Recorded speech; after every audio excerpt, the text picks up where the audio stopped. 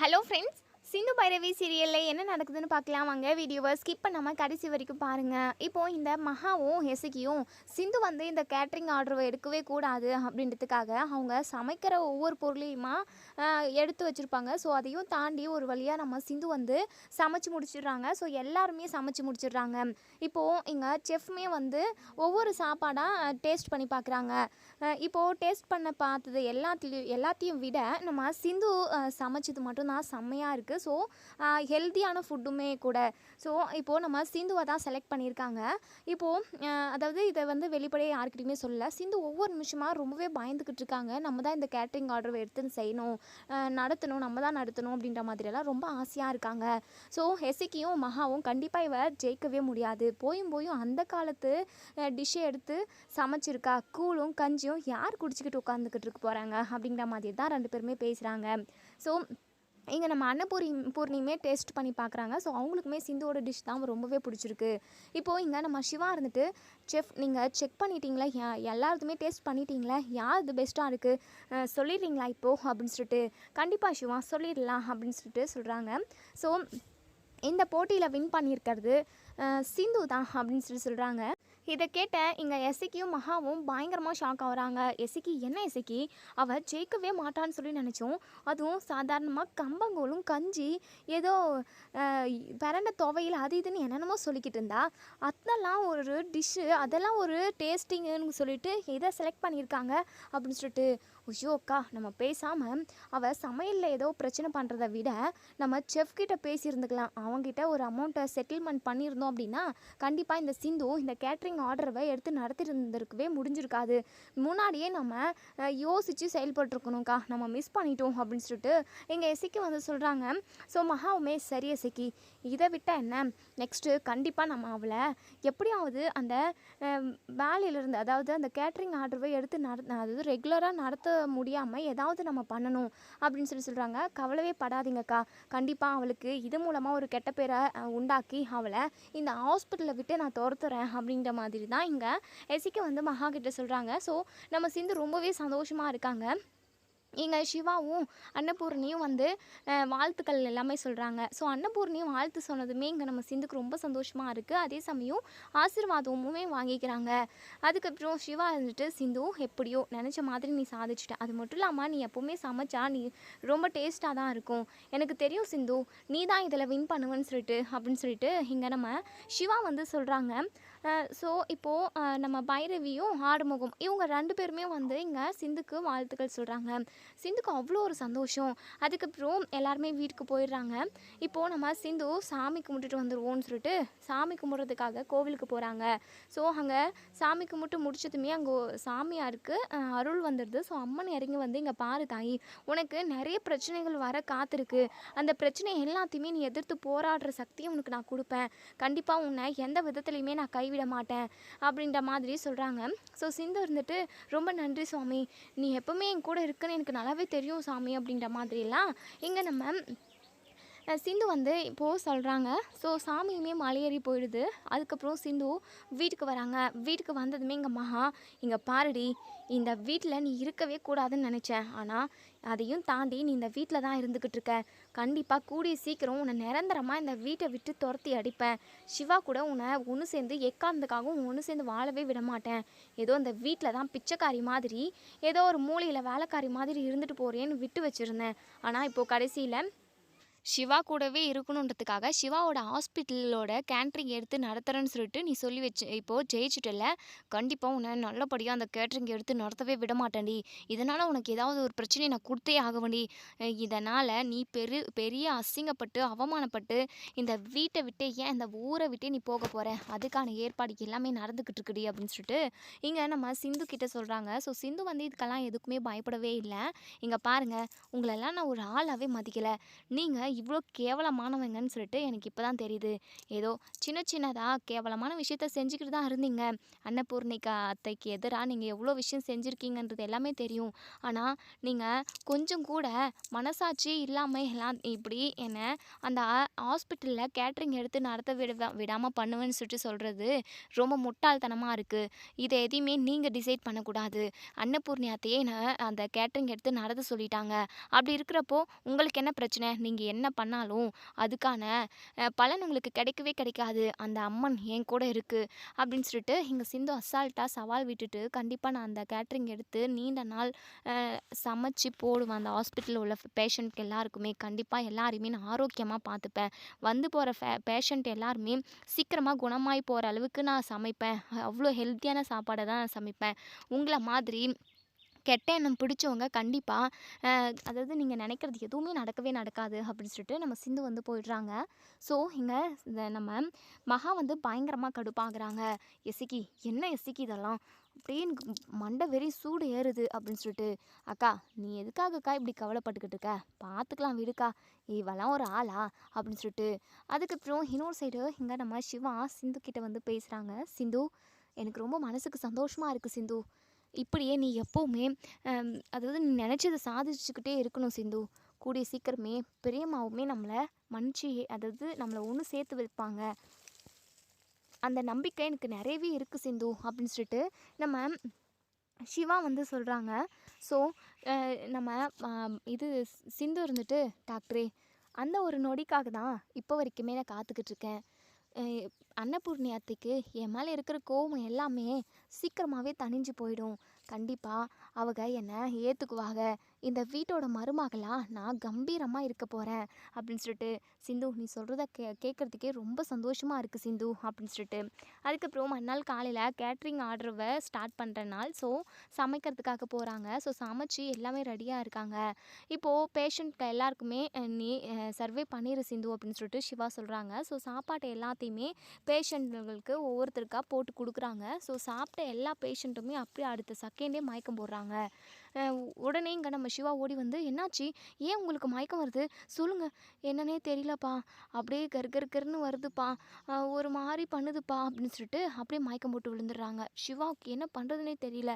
ஹாஸ்பிட்டலில் உள்ள ஒட்டுமொத்த டாக்டர்ஸ் எல்லாத்துட்டையுமே கூப்பிடுறாங்க, வந்து பாருங்கள் என்ன ஏதுன்னு அப்படின்னு சொல்லிட்டு ஒவ்வொருத்தராக செக் பண்ணி பார்க்குறாங்க. ஸோ சாப்பிட்ட சாப்பாடு தான் ஏதோ ஒரு பிரச்சனை அப்படிங்கிற மாதிரி கண்டுபிடிக்கிறாங்க. ஸோ இங்கே அவங்களுக்கு எல்லாருக்குமே ட்ரீட்மெண்ட்டு பண்ண சொல்கிறாங்க. உடனே சிந்துக்கிட்ட போய், சிந்து நீ சமைச்ச சாப்பாட்டை நல்ல விதமாக தானே சமைச்ச, அதில் ஏதாவது கெமிக்கல் எது கலந்தியா அப்படிங்கிற மாதிரி கேட்குறாங்க. ஸோ இங்கே நம்ம சிந்து இருந்துட்டு, டாக்டரே என்ன டாக்டரே சொல்கிற, நான் எதுக்காக கெமிக்கல்லாம் கலக்க போகிறேன், ஹாஸ்பிட்டலில் உள்ள எல்லா பேஷண்ட்டுமே ஆரோக்கியமாக இருக்கணும், நல்லபடியாக அவங்க குணமாகி வீட்டுக்கு போகணுன்றதுக்காக தான் நான் இந்த ஆர்டரை எடுத்தே நடத்துகிறேன். அது மட்டும் இல்லாமல் ஒவ்வொருத்தரோட ஹெல்த்துமே ரொம்ப முக்கியம், ஹெல்த்தியான ஒரு ஃபுட்டை தான் நான் சமைச்சு கொடுத்தேன், சத்தியமாக நான் எதுவுமே பண்ணலை டாக்டரே அப்படின்னு சொல்லிட்டு இங்கே நம்ம சிந்து சொல்கிறாங்க.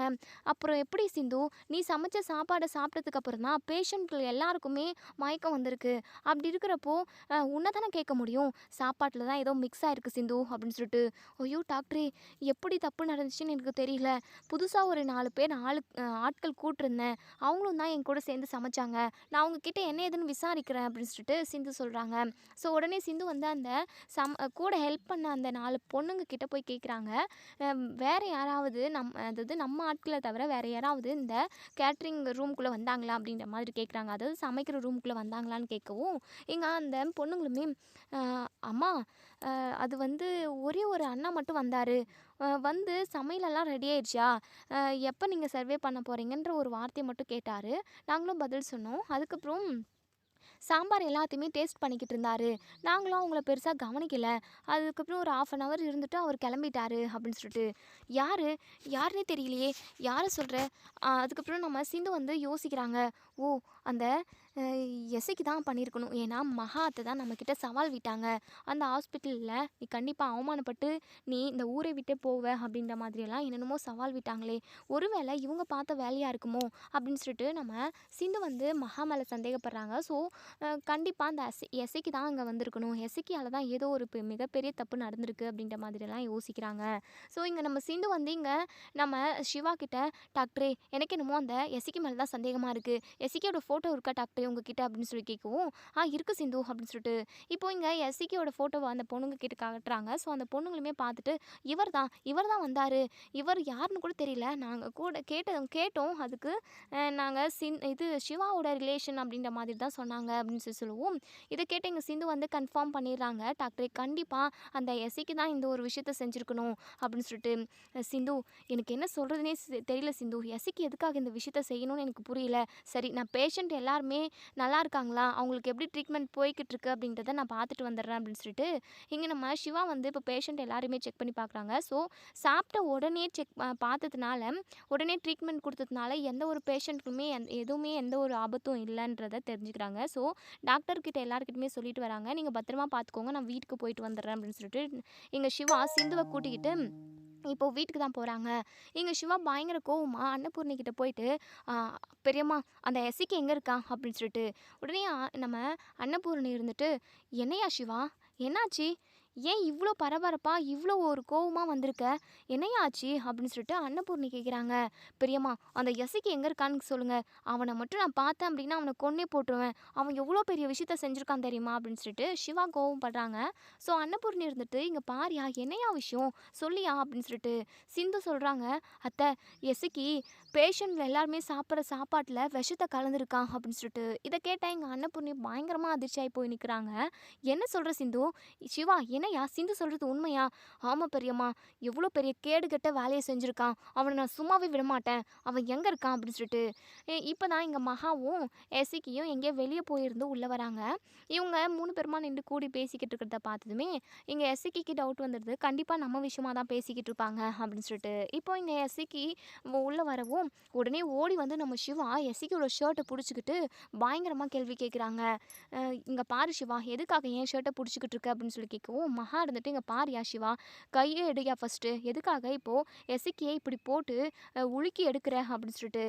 இங்கே பாருங்கம்மா நீங்கள் எதுவும் பேசாதீங்க, டேய் நீ ஹாஸ்பிட்டல் கேன்டீன் நடத்துகிற இடத்துக்கு வந்தியாடா அப்படின்னு சொல்லி கேட்கவும், அது வந்து நான் எதுக்காக வரப்போகிறேன், நாங்கள்லாம் வரவே இல்லையே, எனக்கு அங்கே வந்து என்ன வேலை இருக்குது அப்படின்ற மாதிரியெல்லாம் அப்படியே திக்கி திக்கி திணறாங்க. ஸோ இவங்க முழிக்கிற மொழியிலேயே திருட்டு மொழியிலேயே கண்டுபிடிச்சிடுறாரு நம்ம சிவா. இங்கே பாருடா, நீ தான் வந்து சாப்பாட்டில் விஷத்தை கலந்துருக்க, அங்கே உள்ள கேட்ரிங் ஆட்கள் அதாவது வேலை செய்ய வந்த பொண்ணுங்க எல்லாருமே சொன்னாங்க, உன்னால் இப்போது எத்தனை பேஷண்ட் உயிருக்கு போராடிக்கிட்டு இருக்காங்க தெரியுமா, அவங்களுக்கு மட்டும் ஏதாவது ஒன்று ஆச்சு அப்படின்னா அதுக்கு நான் தாண்டா பதில் சொல்லணும், அது மட்டும் இல்லாமல் இப்படி ஒரு கேவலமான வேலையை செய்கிறதுக்கு உனக்கு எப்படி மனசு வந்தது அப்படின்னு சொல்லிட்டு பயங்கர கோவமா இங்கே நம்ம சிவா வந்து எசிக்கியோட ஷர்ட்டை பிடிச்சி கேட்குறாங்க. உடனே மகா இருந்துட்டு, இங்கே பாருடா சிவா, முதல்ல கையெடுடா, அவன் உன்னுடைய மாமன், அதை கொஞ்சமாவது உனக்கு மனசில் அதாவது தெரியுதா உனக்கு, ஏன் இவ்வளோ கடுமையாக நடந்துக்கிறான் அவன்கிட்ட, இங்கே பாருமா, அது நீயா இருந்தாலுமே நான் சும்மா விட மாட்டேன், அநியாயம் செய்கிறவங்கள கண்டிப்பாக தட்டி கேட்பேன், அது அநியாயம்னா வேறு எதனா இருந்தால் கூட பரவாயில்லை, ஆனால் இது உயிர் விஷயம், உயிர் சம்மந்தப்பட்ட விஷயம், கொஞ்சம் கூட மனசாட்சியே இல்லாமல் இவ்வளோ பெரிய கேடுகட்ட வேலையை செஞ்சுருக்கான் இவன், இவனுக்கெல்லாம் என்னம்மா மரியாதை அப்படின்னு சொல்லிட்டு இங்கே நம்ம மகா கிட்ட சிவா வந்து சொல்கிறாங்க. ஸோ மகா வந்து என்ன சொல்லி சமாளித்து இவனை நம்ம காப்பாற்றுறது அப்படின்ற மாதிரிலாம் யோசிக்கிறாங்க. ஏன்னா இங்கே மகாவும் எசிக்கும் தானே இதில் சம்மந்தப்பட்டிருக்காங்க. ஸோ மகா இருக்காங்கன்ற விஷயம் யாருக்கும் தெரியாது, எசிக்கு தான் இந்த ஃப்ராட் வேலையை செஞ்சுருக்கான் அப்படின்னு சொல்லிட்டு இங்கே நம்ம சிவா கோவப்படுறாரு. ஸோ அன்னபூர்ணி வந்து பயங்கர கோவமாக நின்று பார்த்துக்கிட்டு இருக்காங்க. நம்ம மகா இருந்துட்டு, அக்கா நீங்களாவது சொல்லுங்க அக்கா, கண்டிப்பாக எசைக்கு இப்படி ஒரு விஷயத்த பண்ணியிருக்க மாட்டான், ஏங்க்கா நீங்களும் பார்த்துக்கிட்டே சும்மா இருக்கீங்க அப்படின்னு சொல்லிட்டு. அன்னபூர்ணி இருந்துட்டு, சிவா இங்கே வாயா, எதுவாக இருந்தாலும் பேசி தீர்த்துக்கலாம், ஃபஸ்ட்டு கேட்போம், விசாரிப்போம், யார் இதில் உண்மையாகவே தப்பு பண்ணாங்க அப்படின்றத தெரிஞ்சுப்போம். உடனே இங்கே மகா இருந்துட்டு, கரெக்டாக சொன்னீங்க அக்கா, ஏன்னா சிந்து கூட இப்படி ஒரு விஷயத்த செஞ்சுருக்கலாம்ல, நம்ம குடும்பத்துக்கு மிகப்பெரிய அவமானத்தை தேடி கொடுக்கணும், இல்லை சிவாவை அந்த ஹாஸ்பிட்டலை விட்டு தூக்கணுன்றதுக்காக கூட சிந்து இப்படி ஒரு விஷயத்த செஞ்சுருக்கலாம், ஏன்னா சிந்துவை நம்ம சிவா கூட ஒன்று சேர விடாமல் தானே இப்படி அதாவது அவளுக்கு பிடிக்காம தானே பண்ணிக்கிட்டு இருக்கோம், அந்த ஒரு கோவம் நம்ம மேலே இருக்குல்லக்கா, உங்களுக்கு மிகப்பெரிய அவமானத்தை தேடி கொடுக்கணுன்றதுக்காக இந்த சிந்துவை கூட ஏதாவது பண்ணியிருக்கலாம்லக்கா, கொஞ்சம் கூட யாருக்கிட்டையுமே விசாரிக்காமல் என்ன நடந்துச்சுன்னு தெரியாமல் எப்படி எசைக்கிய போட்டு சிவா இப்படி அடிக்கிறான், இந்த சிந்து மேலே தான்க்கா எல்லா தப்புமே, இந்த சிந்து நம்ம வீட்டில் ஏதாவது பிரச்சனை வரணும், எஸ்சிக்கு மேலே அபாண்டமாக ஒரு பழியை போடணுன்றதுக்காக தான் திட்டம் போட்டு இப்படியெல்லாம் பண்ணிக்கிட்டு இருக்கா அப்படின்னு சொல்லவும் உடனே சிந்து இருந்துட்டு, ஐயோ அத்தை அப்படியெல்லாம் நான் நினைக்கவே இல்லை அத்தை, இவங்க தான் வந்து சாம்பாரில் விஷத்தை கலந்துருக்காங்க, எனக்கு நல்லாவே தெரியும், அது மட்டும் இல்லாமல் அங்கே இருந்த சிசிடிவி ஃபுட்டேஜை செக் பண்ணால் தெரிஞ்சு போயிடுது அப்படின்ற மாதிரி சொல்கிறாங்க. எங்கள் எஸ்சிக்கு ரொம்பவே பதட்டமாகவும் பயமாகவும் இருக்குது. ஐயோ முடிஞ்சு போச்சு, ச்சே நம்ம அங்கே சிசிடிவி கேமரா இருக்குமா இல்லையான்னு கூட நம்ம யோசிக்கவே இல்லையே அப்படின்னு சொல்லிட்டு ரொம்பவே பதட்டப்படுறாங்க. மகாவுக்குமே அப்படியே நெஞ்சில் நெருப்பு அள்ளி கொட்டின மாதிரி இருக்குது. ஐயோ போச்சு, இந்த எஸ்சிக்கு இதெல்லாம் கவனிச்சானா என்னன்னு தெரியலையே அப்படின்னு சொல்லிட்டு பதட்டப்படுறாங்க. ஸோ ஆறுமுகமும் பைரவியும் அப்போ தான் வராங்க. என்ன பிரச்சனை அப்படின்னு சொல்லி கேட்கவும் அன்னபூர்ணி நடந்த விஷயத்த சொல்கிறாங்க.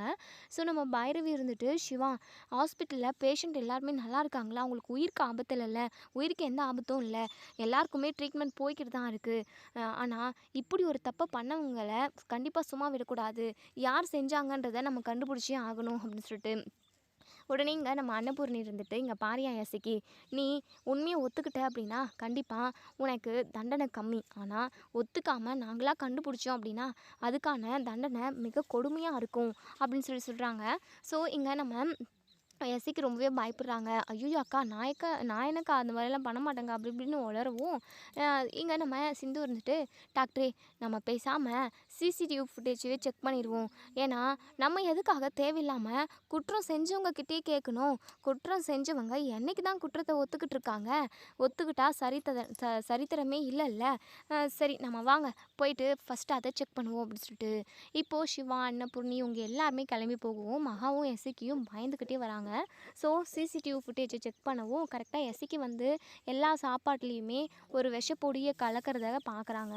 ஸோ ஒட்டுமொத்த ஃபேமிலியே பயங்கரமாக ஷாக் ஆகி போய் பார்க்குறாங்க. அன்னபூர்ணிக்கு பயங்கரமாக கோவம் வருது.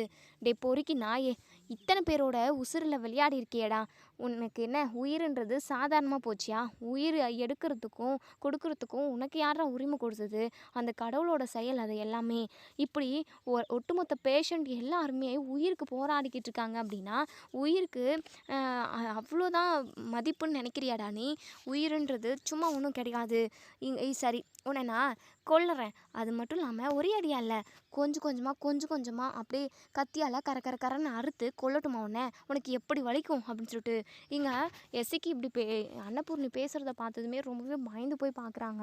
ஐயோ அக்கா என்னக்கா இப்படியெல்லாம் பேசுகிறீங்க அப்படின்னு சொல்லி கேட்கவும், வேறு எப்படிடா பேச சொல்கிறேன், நீ பண்ண காரியத்துக்கு எத்தனை பேர் இப்போ போராடிக்கிட்டு இருக்காங்க, ஐயோ கடவுளே உனக்கெல்லாம் எப்படி தான் இப்படியெல்லாம் பண்ணுறதுக்கு மனசு வந்தது அப்படின்னு சொல்லிட்டு பயங்கரமாக கோவமாக பேசுகிறாங்க.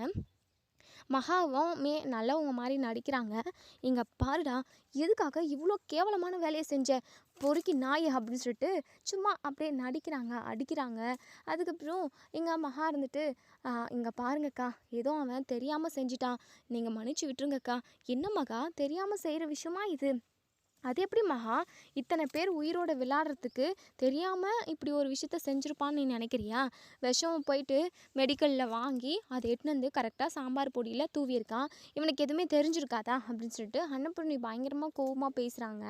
ஸோ இங்கே சிவாவுக்கு தான் பயங்கர கோவம், இவனை நான் சும்மாவே விட மாட்டேன் அப்படின்னு சொல்லிட்டு அது ஷர்ட்டை பிடிச்சி தரன்னு வெளியே எடுத்துகிட்டு போகும். மகா இருந்துட்டு, இங்கே பாரியா சிவா எங்கேயா கூட்டிகிட்டு போகிறேன், இவனை நானே ரோடு ஃபுல்லாக தரன்னு இழுத்துட்டு போய் ஸ்டேஷனில் கொடுக்க போகிறேன், ஸ்டேஷனில் இவனுக்கு கொடூரமான தண்டனை கொடுக்க சொல்ல போகிறேன் அப்படின்னு சொல்லிட்டு உடனே எங்கள் மகா இருந்துட்டு, அக்கா என்னக்கா நீங்கள் பார்த்துக்கிட்டு இருக்கீங்க, கொஞ்சம் தயவு செஞ்சு பேசுங்கக்கா, காயத்ரியோட வாழ்க்கை அடங்கியிருக்கக்கா, இதில் தயவு செஞ்சு எசைக்கு காப்பாற்றுங்கக்கா அப்படின்னு சொல்லிட்டு அன்னபூர்ணி இருந்துட்டு, இங்கே பாரு மகா, காயத்ரியோட வாழ்க்கை ஒன்றும் இவனால் அதாவது கெட்டு போகிறது கிடையாது, இவன் பண்ண தப்புக்கான தண்டனையை அனுபவிச்சுட்டு வரட்டும், காயத்ரிக்கு நான் பதில் சொல்லிக்கிறேன் அப்படின்னு சொல்லிட்டு அன்னபூர்ணி சொல்கிறாங்க.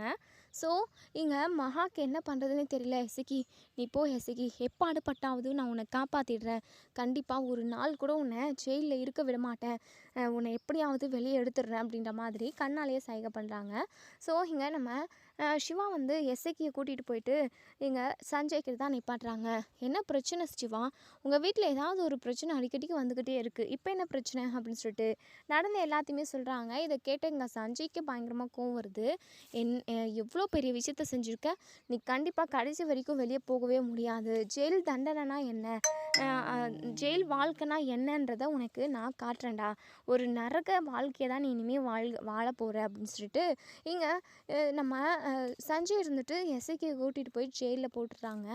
ஸோ இங்கே அன்னபூரணி இருந்துட்டு, இங்கே பாருங்கள் சார், இவனுக்கான தண்டனை என்னமோ அதை நீங்கள் தாராளமாக கொடுக்கலாம். ஏன்னா இவனால் இன்னைக்கு எத்தனை பேர் உயிருக்கு போராடி மீண்டு வந்திருக்காங்க அப்படின்னு சொல்லிட்டு சொல்கிறாங்க. ஸோ அதுக்கப்புறம் இவங்க எல்லாருமே வீட்டுக்கு வந்துடுறாங்க. மகாவுக்கு தான் கால் தரையிலேயே இல்லை. எப்படியாவது எஸ்சிக்கே காப்பாற்றணும், நம்ம ஐடியா கொடுத்து தான் அவன் இப்படி ஒரு விஷயத்த செஞ்சான்.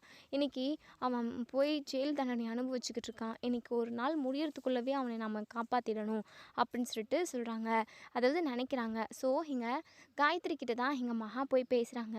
காயத்ரி, எஸ்சிக்கு ஏதோ தெரியாதனமாக அப்படி பண்ணிகிட்டு இருக்கான், எதை மனசில் வச்சு அப்படிலாம் பண்ணான்னு எனக்கு தெரியல. இங்கே பாரு காயத்ரி, நீ நினச்சா மட்டும்தான் கண்டிப்பாக எஸ்சிக்கே காப்பாற்ற முடியும். அவன் என்ன சொல்லிக்கிட்டு இருந்தான்னு உனக்கு தெரியுமா? நீ லவ் பண்ண பையன் கூடவே உன்னை சேர்த்து வைக்கிறதுக்கான எல்லா முயற்சியுமே எஸ்சிக்கு எடுத்துக்கிட்டு இருக்கான். இப்போ வரைக்குமே அதுக்கான வேலையை தான் அவன் பார்த்துக்கிட்டு இருக்கான். நீ சந்தோஷமாக இருக்கணும், நீ வாழ்க்கையில் ஒட்டுமொத்த சந்தோஷத்தையுமே அனுபவிக்கணுன்றதுக்காக அவன் போராடிக்கிட்டு இருக்காம்மா. உனக்காக இவ்வளோ செஞ்ச எஸ்சிக்கு நீ ஏதாவது செய்யணும்னு நினச்சி அப்படின்னா எப்படியாவது அன்னபூர்ணி அக்கா கிட்ட பேசி எஸ்சிக்கியை நீ வெளியே கொண்டு வரணும். இது ஒன்று மட்டும் நீ பண்ணுமா. அவன் பண்ணது நான் நியாயப்படுத்தி பேசலை, அவன் பண்ணது மிகப்பெரிய தப்பு தான், அது எல்லாமே எனக்கு புரியுதுமா. அதுக்காக எஸ்சிக்கியை நம்ம கஷ்டப்பட விட்டுறக்கூடாது. இது ஒரு டைம் மட்டும் நீ அவனுக்கு சாதகமாக பேசுமா. இது விஷயமா அவன்கிட்ட நான் பேசுகிறது ரொம்ப தப்பு தான், இருந்தாலும் அவன் ஜெயில் வாழ்க்கையெல்லாம் விரும்ப மாட்டான். அந்த நரக வாழ்க்கையை அவனுக்கு நம்ம கொடுக்க வேண்டாம். இனிமேல் அப்படி ஒரு தப்பு நடக்காமல் நான் பார்த்துக்கிறேன் காயத்ரி, உன் காலில் கூட விழுகிறேன் அப்படின்னு சொல்லிட்டு சொல்கிறாங்க. ஸோ மகா இவ்வளோலாம் கெஞ்சினதுனால தான் இங்கே நம்ம எஸ்சிக்காக நம்ம காயத்ரி வந்து இப்போ அன்னபூர்ணிக்கிட்ட பேச போகிறாங்க. அம்மா, ஏம்மா, ஏன் அவரை ஜெயிலுக்குள்ளே வச்சுருக்கீங்க அப்படின்னு சொல்லிட்டு, நடந்த எல்லாமே உனக்கு தெரியும்ல காயத்ரி, அதுக்கப்புறம் ஏன் எதுக்காக கேட்குற? இல்லைம்மா, அவர் என் புருஷன், ஏதோ தெரியாதனமாக செஞ்சுருக்கலாம், தயவு செஞ்சு அவரை இது ஒரு டைம் நீங்கள் மன்னிச்சு விட்டுருங்க ப்ளீஸ்மா அப்படின்னு சொல்கிறாங்க. இங்கே பாரு காயத்ரி, எஸ்சிக்கு தப்பு பண்ணியிருக்கான், அவன் அதுக்கான தண்டனை அனுபவிச்சு தான் ஆகணும். அவன் பண்ணது மிகப்பெரிய தப்பு, அது ஏன் உன் கண்ணுக்கு தெரியல அப்படின்ற மாதிரி கேட்குறாங்க. இல்லைம்மா, அவர் பண்ணது தப்புன்னு தான் எனக்கு புரியுது, இது ஒரு டைம் அவரை மன்னிச்சிருங்கம்மா எனக்காக ப்ளீஸ்மா அப்படின்னு சொல்லிட்டு காலில் விழுறாங்க. ஸோ அன்னபூர்ணி காயத்ரிக்காக அதாவது அவனை வெளியே கொண்டு வந்துடலான்ற மாதிரி யோசிக்கிறாங்க. ஸோ இது விஷயமா சிவாக்கிட்டையுமே பேசுகிறாங்க. சிவா பயங்கரமாக கோவப்படுறாங்க. இங்கே பாருங்கள் பெரியம்மா, எந்த ஒரு விஷயத்துலையுமே, ஏன் என் வாழ்க்கை விஷயத்தில் கூட உங்கள் பேச்சை மீறி நான் ஒரு வார்த்தை கூட பேசியிருக்க மாட்டேன். அதே சமயம் நீங்கள் என்ன சொல்கிறீங்களோ அதை தான் நான் கேட்டேன். ஆனால் இந்த ஒரு விஷயத்தில் கண்டிப்பாக என்னால் நீங்கள் சொல்கிறத கேட்கவே முடியாது பெரியம்மா. ஏன்னா என் பேஷண்ட் எல்லாருமே அதாவது நம்ம ரிலேஷன் மாதிரி தான் நான் நினைப்பேன். நம்ம வீட்டில் ஒரு ஆளாக தான் நினைப்பேன். நம்ம வீட்டில் ஒரு ஆளுக்கு இப்படி ஒரு கொடுமை நடந்திருந்தா கண்டிப்பாக நம்ம கேள்வி கேட்டிருப்போம்லம்மா பெரியம்மா. கண்டிப்பாக இதுக்கான தண்டனையுமே தப்பு செஞ்சவனுக்கு நம்ம வாங்கி கொடுத்துருப்போம். அதே மாதிரி தான் இதுவும். நீங்கள் எல்லா விஷயத்துலையுமே கரெக்டாக தான் பெரியம்மா முடிவெடுப்பீங்க, ஆனால் இதில் தப்பாக முடிவெடுக்கிறீங்களோன்னு எனக்கு தோணுது அப்படின்னு சொல்லிட்டு. இல்லைப்பா, காயத்ரிக்காக தான். இங்கே பாருங்கள் பெரியம்மா, இதனால் காயத்ரியோட வாழ்க்கைக்கு எந்த ஒரு பிரச்சனையும் வரப்போகிறது கிடையாது. தப்பு செஞ்சதுக்கான தண்டனையை அனுபவிச்சான் அப்படின்னா கண்டிப்பாக இனிமே ஒரு நிமிஷம் கூட இப்படி ஒரு தப்பை செய்யணும்னு சொல்லிட்டு அவன் மனசுக்கு தோணவே தோணாது. அவன் ஒரு 6 மாதம், ஏன் ஒரு வருஷம் கூட ஜெயிலில் இருக்கட்டுமே. ஒரு வருஷத்தினால காயத்ரியோட வாழ்க்கைக்கு எந்த ஒரு பங்கமும் வந்துடாது. சரிங்களா பெரியம்மா? ஒரு வருஷம் கழித்து அதுக்கப்புறம் நானே ஜெயிலில் இருந்து அவன் நம்பிக்கிறேன். கண்டிப்பாக அது வரைக்கும் அவன் ஜெயில் தண்டனையை அனுபவிச்சு தான் ஆகணும். இல்லைன்னா அவன் தப்பை உணரவே மாட்டான். நெக்ஸ்ட்டு இந்த மாதிரி தப்பு செஞ்சாலும் நம்மளை காப்பாற்றுறதுக்கு ஒரு ஆட்கள் இருக்காங்க, எப்படினாலும் நம்ம ஜெயிச்சிடலாம் அப்படின்ற மாதிரி தான் நினைக்க தோணும். அதனால் நீங்கள் எடுத்த முடிவை நான் ஏற்றுக்க மாட்டேன் பெரியம்மா. நான் கரெக்டான ஒரு முடிவை தான் எடுத்திருக்கேன்னு சொல்லிட்டு நீங்களுமே நினைக்கிறீங்க அப்படின்னா கண்டிப்பாக இது விஷயமா நீங்கள் என்கிட்ட எதுவும் பேசவே பேசாதீங்க பிரியம்மா. ஆனால் எஸ்சிக்கு விஷயத்தில் நான் கண்டிப்பாக மனசு மாறவே மாட்டேன் அப்படின்ற மாதிரி கட் அண்ட் ரைட்டாக சொல்கிறாங்க. ஸோ இது விஷயமா கண்டிப்பாக அன்னபூர்ணியால் எதுவுமே பண்ண முடியாது. எஸ்சிக்கு செஞ்ச தப்புக்கு ஒரு வருஷமாவது தண்டனை அனுபவிக்கணும் அப்படின்னு சொல்லிட்டு இங்கே நம்ம சிவா வந்து சொல்லியிருப்பாங்க. ஸோ சிவாவை மீறியுமே நம்ம அன்னபூர்ணியால் எதுவுமே பேச முடியல. ஏன்னா எஸ்ஐக்கு பண்ணது தப்பு. ஸோ அப்படி இருக்கிறப்போ எஸ்ஐக்கு அதுக்கான தண்டனையை அனுபவிக்கணும் அப்படிங்கிறது தான் நம்ம அன்னபூர்ணியோட அபிப்பிராயமும். அதனால் நம்ம அன்னபூர்ணியுமே இங்கே நம்ம காயத்ரியை தான் சமாதானப்படுத்துகிறாங்க. ஸோ இதுவும் வேலைக்கு ஆகலை. மகா தான் ரொம்பவே அதாவது புத்தி பேதலிச்சு போயிருக்காங்க. ஏன்னா எஸ்ஐக்கு எப்போவுமே கூடவே இருப்பாங்க. எஸ்ஐக்கியை வச்சு நிறைய விஷயத்த காரியம் சாதிக்கணும் அப்படின்னு சொல்லிட்டு இங்கே மகா வந்து நினைப்பாங்க. இப்போ எஸ்ஐக்கு எப்படியாவது இந்த மிகப்பெரிய ஆபத்துலேருந்து காப்பாற்றணும்னு தான் நினைக்கிறாங்க. ஸோ இந்த எஸ்ஐக்கு வெளியவே வரக்கூடாது அப்படின்னு நினைக்கிறவங்க இந்த வீடியோவுக்கு லைக் பண்ணி கமெண்ட் பண்ணி தெரிவிங்க. அதே சமயம் எந்த ஒரு பேஷண்ட்டுக்குமே எதுவுமே ஆகலை. அதாவது சீக்கிரமாக கண்டுபிடிச்சி நம்ம சிவா வந்து எல்லாருக்குமே ட்ரீட்மெண்ட் கொடுத்து எல்லாரையுமே காப்பாற்றிட்டாங்க. நம்ம சிவாவை அதாவது சிவாவுக்கு ஒரு மாஸ் தான். ஸோ அவருக்கு ஒரு சல்யூட் போடலாம். ஸோ எல்லாருமே சிவாவுக்காக ஒரு வாழ்த்துக்கள் வெல்டன் அப்படின்னு சொல்லிட்டு கமெண்ட் பண்ணி தெரிவிங்க. மறக்காமல் சேனலை சப்ஸ்கிரைப் பண்ணிக்கோங்க. பெல் ஐகானையும் கிளிக் பண்ணிக்கோங்க. தேங்க்யூ.